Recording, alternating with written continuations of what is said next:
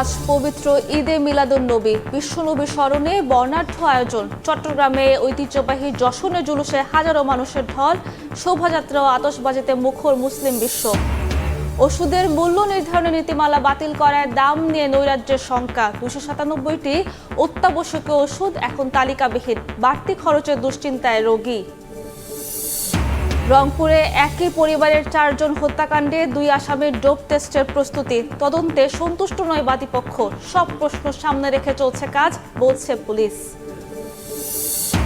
বরেন্দ্র অঞ্চলে ডিলারদের কাছে চাহিদা মতো মিলছে না সার, খোলা বাজারে 1000 টাকা পর্যন্ত বাড়তি দরে বিক্রি। বিপাকে কৃষক, সংকট না থাকার দাবি কৃষি বিভাগের।